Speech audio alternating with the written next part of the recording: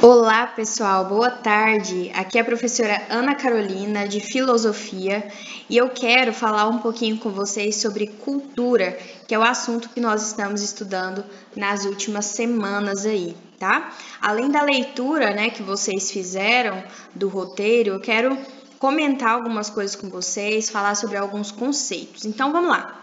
Cultura é compreendida como os comportamentos, tradições e conhecimentos de um determinado grupo social, incluindo aí, né, a língua que esse povo fala, as comidas típicas, as religiões, a música local, as artes desse povo, a vestimenta, né, as roupas, entre outros aspectos, ok? Então, tudo isso e muito mais faz parte da cultura de um grupo social, ok? Para as ciências sociais, né, entre elas a sociologia, que nós também estudamos, e a antropologia, que é o estudo do ser humano, do homem, né? Cultura é uma rede de compartilhamento de símbolos, significados e valores de um grupo ou sociedade. Então, para as ciências sociais, a cultura é tudo que você compartilha, né? Que pode ser significado, valor, símbolos de um grupo ou, né, de uma sociedade. A palavra, né, cultura, a origem dessa palavra veio do latim colere, tinha até comentado com vocês, né? Que significa cuidar, cultivar, crescer, tá? O termo, né, também está associado a outras palavras, como a agricultura, por exemplo, né, que trata do cultivo e do crescimento das plantações. Então, a palavra cultura, ela veio aí do latim colere, né, que significa mesmo cuidar, cultivar. Os elementos que compõem uma cultura são compartilhados pelos membros, né, da sociedade, criando assim uma identidade cultural. A nossa cultura brasileira, né, por exemplo, ela é muito vasta.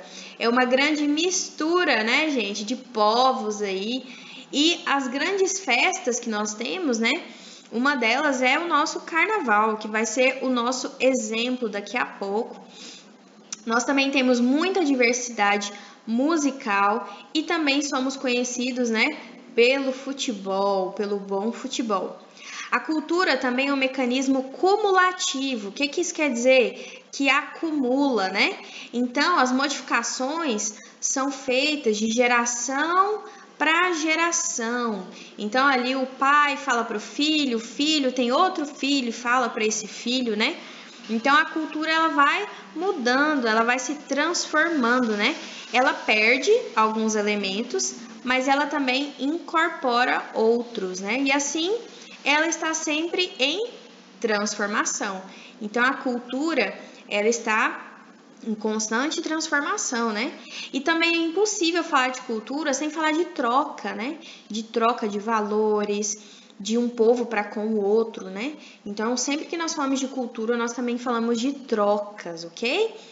Filosofia e cultura, então. Todo mundo, gente, todo mundo tem cultura, né? É só você estar inserido em uma sociedade que você tem cultura. No nosso país, existe uma grande diversidade cultural. Pessoal, olhem aqui essa foto que eu coloquei para vocês. Olha quanta coisa diferente, né? Algumas coisas marcantes do nosso país. Tem aí o solzão, né? Tem o café, os grãos, né? De café. Tem aqui a mulata, né? Significando carnaval. Tem aqui o tucano, tem o Cristo Redentor, tem aqui a baiana, a bola de futebol, um miquinho aqui, né, que também significa aí toda a riqueza, né, que nós temos, toda a fauna, a flora, né, que nós temos no nosso país. Então, gente, no nosso país nós temos diferentes sotaques, diferentes comidas típicas, diferentes tipos de músicas, né? Então nós temos aí o samba, o pagode, o funk, nós temos bebidas típicas, festas típicas e outros elementos que nós conhecemos, né? Mas vamos dar um exemplo aqui. Observa aqui a imagem ao lado. Nós temos vários elementos, como eu disse, e temos o carnaval aqui representado, né? Representando um pedaço aí da nossa cultura brasileira. Mas mesmo que você não goste de carnaval, isso faz parte da sua cultura, da cultura brasileira. Mas por quê? Né? Mesmo que você não goste de carnaval, de samba, de carro alegórico, por que que isso faz parte da cultura brasileira e assim faz parte da sua cultura também? Porque você mora no Brasil, né? Porque, gente, a maioria esmagadora das pessoas que moram aqui, né, que vivem aqui, os sujeitos cognoscentes, né, que pensam, que falam, que fazem, amam esse elemento cultural, o carnaval. Então, você gostando ou não de carnaval, ele faz parte da cultura do país onde nós moramos, ok, pessoal? Então, é interessante nós pensarmos também que existem coisas que nós não vamos gostar também, assim, né? Não vamos ser fã de algo, né? Mas faz parte da nossa cultura.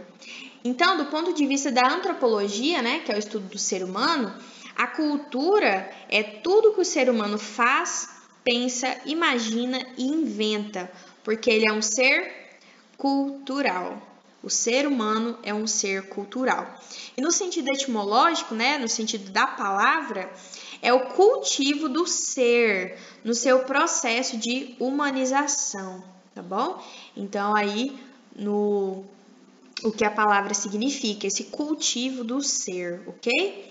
A cultura sempre vai responder a desejos e necessidades dos grupos, né? Das comunidades, da sociedade, né?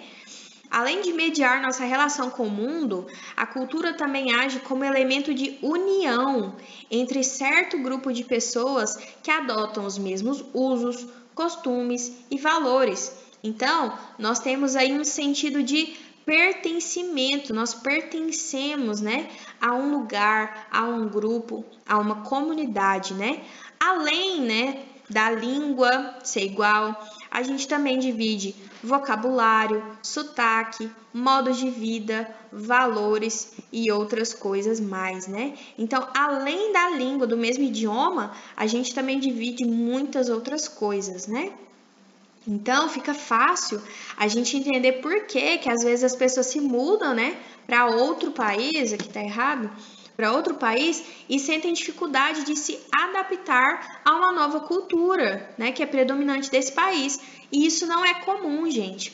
É muito comum a gente perceber pessoas que se mudaram, né, do nosso país, foram para outra cultura diferente da nossa e talvez voltaram ou sentiram muita dificuldade de se adaptar à nova cultura ali, né, daquele país que a pessoa se mudou. A cultura proporciona também, né, a possibilidade de autoprodução e de prazer. Como assim? O ser humano, ele aprende valores durante a vida. Ele aprende a falar durante a vida, a se comunicar, a se comportar em sociedade, né? E nos diferentes lugares que convive. Tudo isso com base nos padrões de cultura do lugar onde ele vive, né?